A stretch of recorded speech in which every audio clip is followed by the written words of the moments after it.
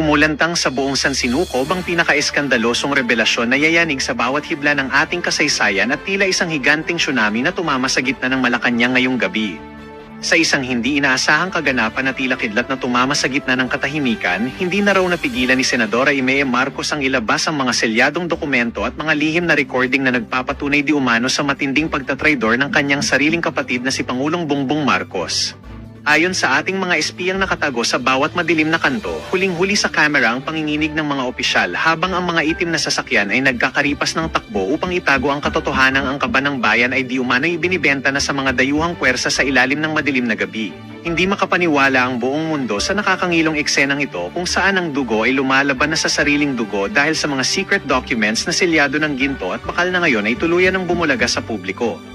Ayon sa mga saksing nasa loob mismo ng mga selyadong opisina, tila tumigil ang pag-ikot ng mundo nang ipakita ang mga transaksyong pilit na ibinaon sa limot na nagpapakita ng bilyon-bilyong pisong sabwata na magpapabagsak sa dangal ng bansa sa harap ng buong Sansinukob.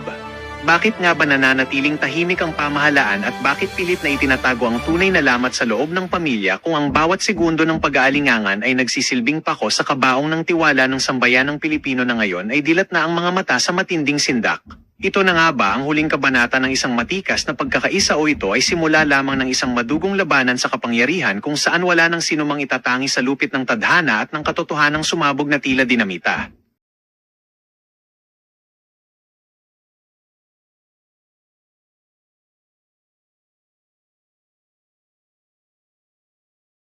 Diba? Pagkatapos niyan, okay, cut. Ang sasabihin niya sa kanyang mga cameraman, di ba? Ano na sila, France dati, o cut, ilatag na ang polvoron. Puro acting lang yan, mga kababayan. So, malungkot talaga ang sitwasyon ninyo natin, ang mga Pilipino, lalo na yung mga OFW, na walang contingency plan para sa inyo. Di ba? Nakita nyo ba? Nagulat lang yung addictus, yung Jutang Ginemes na addictus na to. Nagulat na akala mo reporter na addict. Ang binibigay dapat na mensahe, okay, sa sa OFW at saka mga pamilya nila, yung assurance. Okay? Yung i-reassure mo ang pamilya ng lahat ng mga nasa ibang bansa. Okay, na naapektuhan nitong kaguluhan na nagaganap ngayon, na sisiguraduhin po namin na kayo ay mailikas kung kayo ay nasa kondisyon na hindi maayos, nasa delikadong sitwasyon. Isisiguro po namin, hindi lang itong isang biktima na sisiguraduhin namin na pangailangan nyo, ito ay salitang hausyaw. Diba? Sabi nga natin, talk is cheap. Kasi nungalingan lahat yan ni Marcos Jr.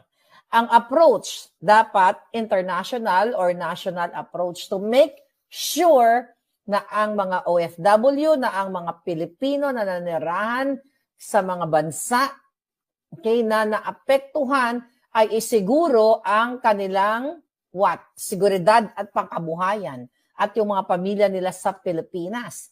Dapat hindi po pwedeng nasasabihin lang. Mayroon pa siya sinabi na isinisigurado po ng embahada na ganito, ganyan ang ating mga kababayan. Dapat magkaroon kayo ng hotline. Wala ka niyan. Kasi addict ka.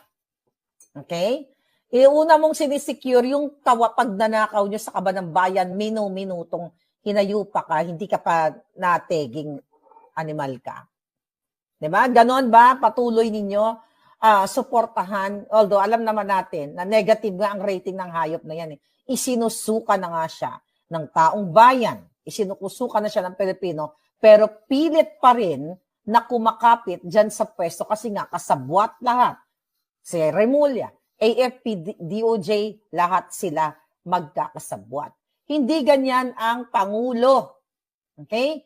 Na may pagmamahal sa taong bayan. Maggagawa ng short video, tapos cut na uli, babalik na uli sa pagtulog o sa pakikipag bottom o kung ano mang kabalbalan o kaadikan ang kanilang ginagawa. Alright? So, ngayon mga kababayan, ito nga swerte na naman. Nagpapasalamat na naman itong mga bangag na ito dahil may ganitong pag-atake, may ganitong kaguluhan ngayon dyan sa Pilipinas. Pero syempre, mga kababayan, scary talaga yung nangyayari ngayon dahil yung US Department, okay, may mga messages, may mga mensahe para sa mga Filipino Americans o sa mga Amerikano kung saan man silang panig ng mundo. Actually, thankful ako na nakauwi kami bago nagkaroon ng ganitong pangyayari. But ganun pa man, mas nakakabahala yung mga Filipino sa lugar na kung saan apektado. Dahil ang mga Filipino talaga, tayo talaga ay walang kapasidad. Okay? Na kahit pa paano, siguro yung ating mga sarili, lalo na kung gera, syempre kung matagal yan, di ba? Paano yung kanilang pagkain and everything, wala tayong, ang Pilipino kapag sumweldo, padala lahat sa Pilipinas. Ang OFW, pag sumweldo, kukuha lang yan ng kapirasong pambili ng mga toiletries nila, shampoo, lotion, mga ganyan, tapos lahat ipapadala na sa Pilipinas at walang impok sa bangko yan o walang savings yan.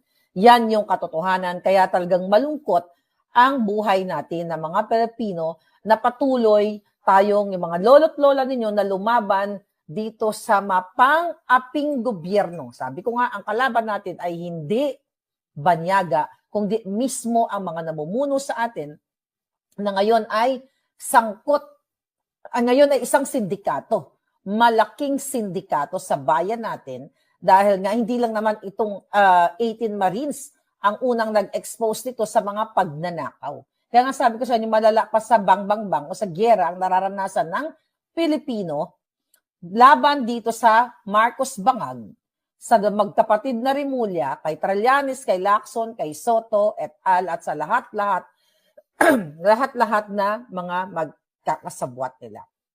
Kaya ganito na lang ang galit ng Marcos Jr., ni Trillanes at ang mga kasabwat nila na tumanggap sa flood control money o sa pera ng bayan base dito sa sworn statement ng 18 Marines at hopefully yung iba pang mga mga Marines na maybe may nabasa ko na hindi lang 30 Marines, maybe more than almost 200 Marines ang may kinalaman o nakakaalam dito sa pag-deliver o pagta-transport ng pera sa mga senador, katulad ni Tulfo, ni Loren Legarda, ni Bong Revilla, ni Tito Soto, at ni Mark Villar, at yung mga pinangalanan na rin ng mga kongresista. Kaya alam mo, ang laban natin sa Pilipinas, ulit-ulitin ko mga kababayan, okay?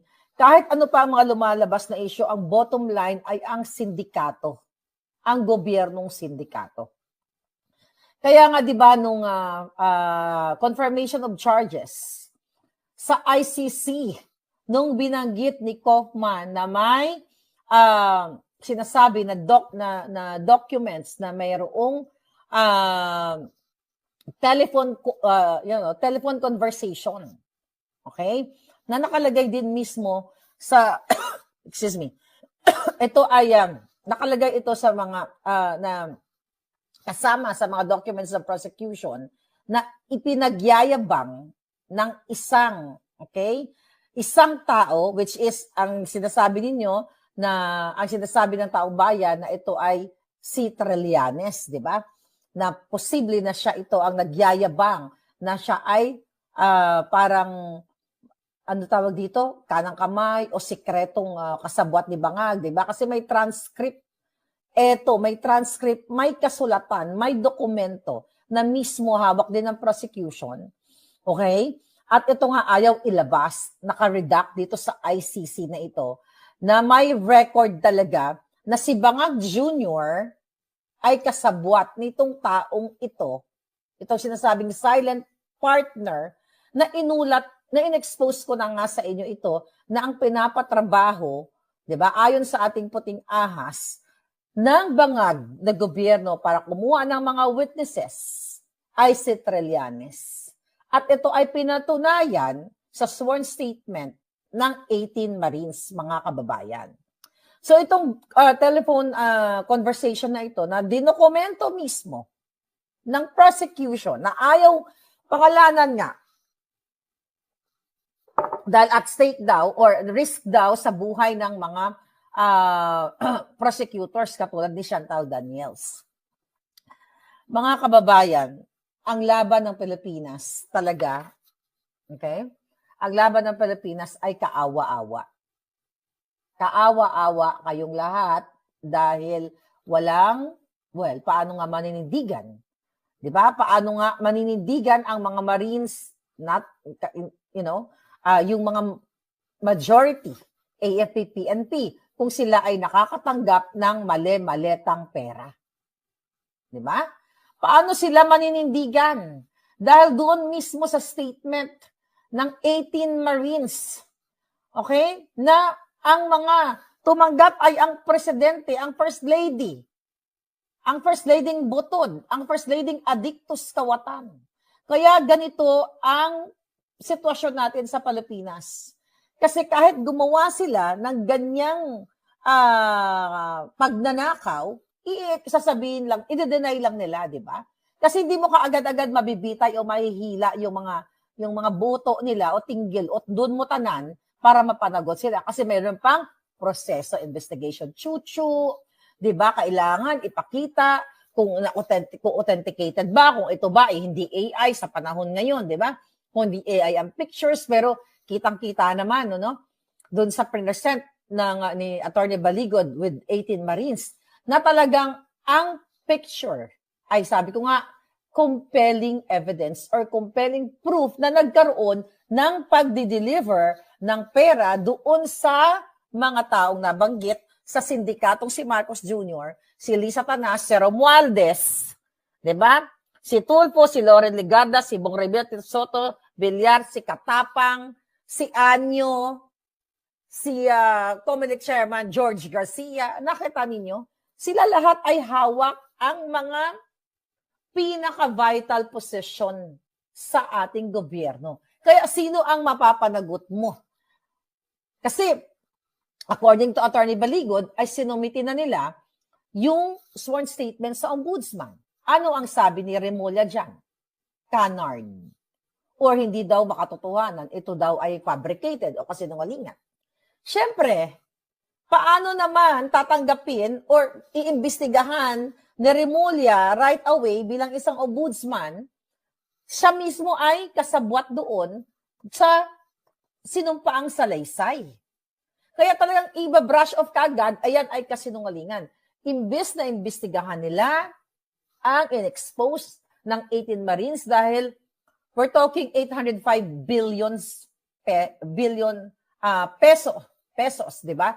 Na kinamkam nila na mga nabanggit doon sa affidavit na yon, mga kababayan.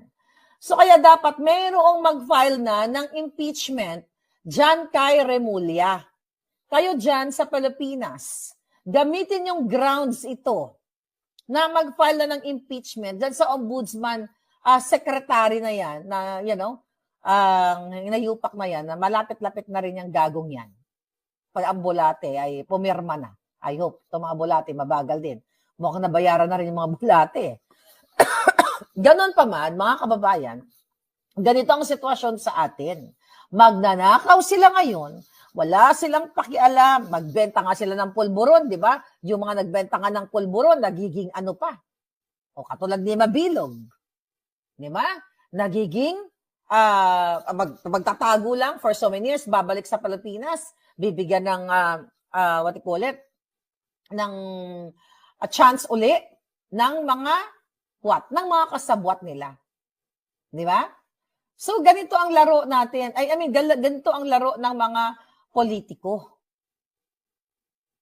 Gagawin lang nila, magnakaw sila ng magnakaw, kasi isipin nila, ay, okay lang yan. Pag nagpalit ng presidency, pag nagpalit ng administration, pwedeng ibigyan sila ng clemency, di ba? Katulad na ni Mabilog, pwede silang kalimutan na lang ng tao kasi ang mga Pilipino mabilis makalimot, di ba?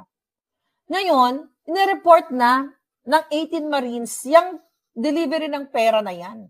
At yan ay mga tao mismo ni Zaldico Di ba nung una, sinasabi nila na si Zaldico ang mastermind. Ngayon, nung lumabas yung mga tao ni Zaldico, na pinatutunayan ang sinabi mismo ni Zaldico na nag-deliver siya ng mali-malitang pera, ano ang ginawa? Dinidiscredit itong 18 Marines. Ano ang ginawa ni Lacson? Sa kanyang mga, was it Lacson? Yeah. Sa kanyang interview na kesyo, patitignan ang mga records o iba-back check. Tama ba? Iba-background check. Etong mga 18 Marines, yung iba daw dito ay mga awol or wala na sa serbisyo, Pero mga kababayan, hindi nila pinag-uusapan yung pinaka-juice ng expose nitong 18 Marines o yung patunay, yung mga pictures, may videos na ang kinasasangkutan ay yun nga sila, 'di ba? Villar, Soto, Revilla, Legarda, Tulfo, Bangag, Tambaloslos. So, ito yung sitwasyon natin sa Pilipinas. Kaya po, palubog ang bayan natin at kayo ay pahirap ng pahirap. Yung ombudsman na mismong pinangalanan, di ba? Number 1, yung pagsasalta niya na ito daw ay kasinungalingan. And again, it's conflict of interest. Dapat nga, hindi siya nagsasalita dyan. Dahil kasabwat siya according to that sworn statement.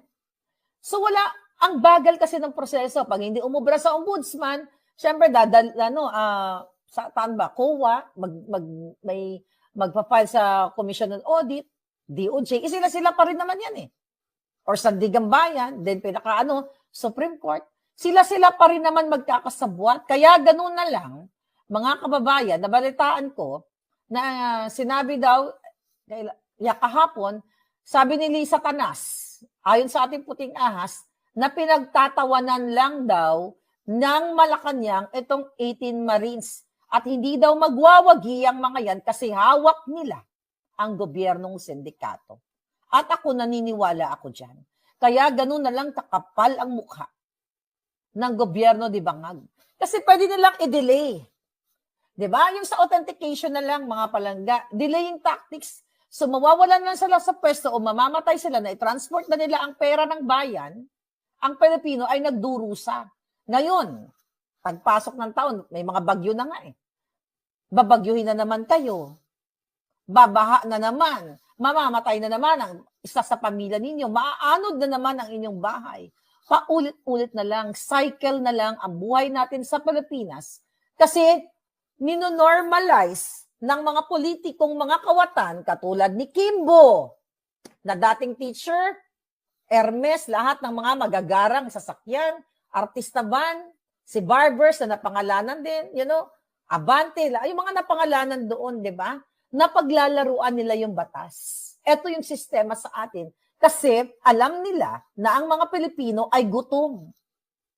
Kasi nga, ang sabi ng iba, paano kami magrarally, Miss Maharlika? Wala nga kaming pamasahe. Wala nga kaming pangsaing, ganyan-ganyan. So, maintindihan mo. Kasi unahin mo yung kalam ng sikmura. Kaya yon tinitake advantage ng sindikatong Marcos Jr. Para, mga kababayan, wala na magsasalta. Pero wag silang pakasisiguro. Dahil, kumbaga sabi nga nila, katulad ng 10% na SOP dyan sa Congress, di ba? Ang sinasabi nila dyan, yung 10% na kickback sa mga proyekto, ay SOP na yan. Nakita nyo? Nanonormalize na. Tradisyon na may SOP na 10% na kinukuha ang mga kongresista sa mga proyekto. Kaya maraming gustong pumasok sa politiko, kahit artista, mga walang alam, o kahit may alam, mga kababayan. Kaya ang ginagawa nila ngayon, talagang i-discredit itong 18 Marines na ito. Pero huwag kayong panghinayaan. I hope itong mga Marines na ito, it's either Marines o police o kung ano pa man, lumabas kayo dahil hindi rin naman magtatagal yung bangag na yan.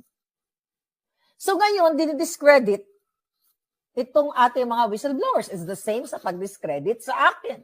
It's the same sa pag-discredit sa mga nagsasalita laban dito sa mga bangag na ito. Kasi nanakawin nila ang pera ng bayan, 805 billions. Imagine niyo male-maleta. Tapos pagdating ng baha, dadramahan na kayo ni Bangag. O bibigyan kayo ng 5,000 sa mga partially damaged na mga bahay. 5,000. Diba? Anong mabibili ng 5,000? Ang tanong, nakarating ba sa inyo ng 5,000 na yun? 10,000 para sa mga completely damaged houses. Nakarating ba sa inyo itong 10,000 na ito? Wala nang pag-asa ang Pilipinas kung hindi kayo maninindigan talaga. Paulit-ulit ko ito sinasabi at hindi ako magsasawa. Daig nyo pa ang binubomba na nangyayari ngayon sa Middle East. Kung hindi kayo maninindigan kasi kampante kayo or ano na kayo, kumbaga, you're just immune sa inyong buhay na nararanasan ngayon na okay lang. Tapos, ang dami pa rin, marami-rami pa rin tanga at bobo na nagpapaniwala. Well, ang nakikita lang naman siguro natin yung trolls. Dahil mismo sinabi ng 18 Marines na pinupondohan ang mga trolls. At hindi lang naman sinabi ng Marines yan. Si Maharlika ang unang nagsabi niyan. Dahil si Lisa Tanas, sa kanya palang Facebook page ay marami ng trolls na pumupuri sa kanyang bilat. Yung makahang niyang bilat. Okay? Na dapat yan ay panagutin. Sabi ko nga, kulang. Kahit dikdikin mo ng pinong-pino ang bilat ni Lisa Tanas at ang buli ni Bangag. Kulang yan sa kabayaran ng pagnanakaw nila sa kabanang bayan na dapat maisoli nila, mga kababayan. Dapat mabawi sa kanila ang mga ninakaw. Imagine mo, panahon ng tatay ni Bangag, hanggang ngayon, panibagong pagnanakaw. Kaya kawawa kayo dahil ang makakapal na muka, kongresista, senador, magnakaw lang sila magnakaw, mag-grandstanding lang sila dyan sa mga Senate hearings. Tapos tayo ay tagamasid. Hanggang tagamasid lang tayo, tagadakdak lang tayo dito. Pero kung hindi kayo naninindigan dyan sa Pilipinas at wala kayong tapang na ipagtanggol ang future ng inyong, next generation, magpakampante na lang kayo or you just enjoy the kahirapan. Ang kahirapan, nung nakaraang kanina may napanood ako, imagine mo, hindi ko alam yan, ha? Ang alam ko lang, squatters area. Pero may mga nakatira pa, may foreign vlogger na kinover yung mga sa ilalim ng tulay. Imagine nyo yung sa Skyway, visit Skyway, sa ilalim ng tulay, imagine mo may mga nakatira pala doon, hindi ko alam yun. Ang alam ko lang dati, sa Pilipinas ako, may mga nakatira sa ilalim ng tulay, pero open. Pero para sila mga daga. Okay? Para silang mga daga na nasa isang lungga. Ganon kahirap. At ang mga Pilipino, may tinanong doon yung matanda, parang, kamusta kayo? Kamusta naman yung sitwasyon nyo dito? Ang sabi ng matanda, happy lang kami. We're okay, we're fine. Happy lang po kami, masaya ang buhay. Paano maging masaya ang buhay ng isang Pilipino na hindi mo nga ma-straight yung katawan mo doon sa ilalim ng Skyway? Nakita ko yung vlogger, gumagapang papasok. Parang kalahati lang, let's say, kung ang height mo is 5'6", so kalahati lang nun, gagapang ka parang daga. But, kung hindi kayo maninindigan, forever kayong maging ganyan. Forever kayong maghihirap at walang pakialam sa inyo ang sindikatong gobyerno. Wala silang pakialam dahil kaya nilang lusutan. Ang gagawin nila, tulad nito, di ba? Whistleblowers, 18 Marines. Tulad ako, yung mga in-expose ko. Sige, i-minus natin yung sarili ko kasi vindicated na ako. Kasi halos lahat naman ng nangyayari ngayon, yung mali-maletang yan, yung mga pera niyan, ako ang unang nag-expose niyan. Alam na yan ninyo na nakafollow sa akin. So now, eto may mga bagong lumalabas na 18 Marines nga with compelling evidence, pictures, videos, sworn statement. Wala pa rin kayong gagawin. So tanggapin na lang natin na ang Pilipinas sa mga susunod na saling lahi ninyo, mabubulok kayo sa kahirapan. Mananatili kayo sa isang komunidad na kakaba-kaba na paglabas ninyo sa iskinita ay may hahablot sa inyong mga bagay o mga bag na adiktos o may tututok sa liig ninyo. or bibentahan kayo ng pulburon kasi you allowed it to happen o to normalize na yung buhay ninyo. Sabi ko nga, kaming nasa ibang bayan, like ako, kaya ganito ang laban namin kasi nakikita namin na meron palang pwedeng i-improve sa Pilipinas kung gagawin ng tama ng mga namumuno like ng mga politiko. Kaso, ang problema, sindikato silang lahat. So, dapat silang lipulin. At dapat taong bayan talaga ang umakto niyan. Dapat silang lipulin lahat. Sa susunod na mga anak ninyo, kapu-apuhan ninyo, baka may ipapanganak uli na Maharlika, e-echo lang yung sinabi ko, para lang may, paulit-ulit parang tape recorder. Pero ganun pa rin, wala pa rin aksyon. Ano ba yung essence ng buhay, mga kababayan? Alam mo, sabi ko nga, I travel the world. Mga kababayan, simple lang naman dapat ang buhay ng isang tao, whether ikaw ay nasa Europa, Amerika. Yung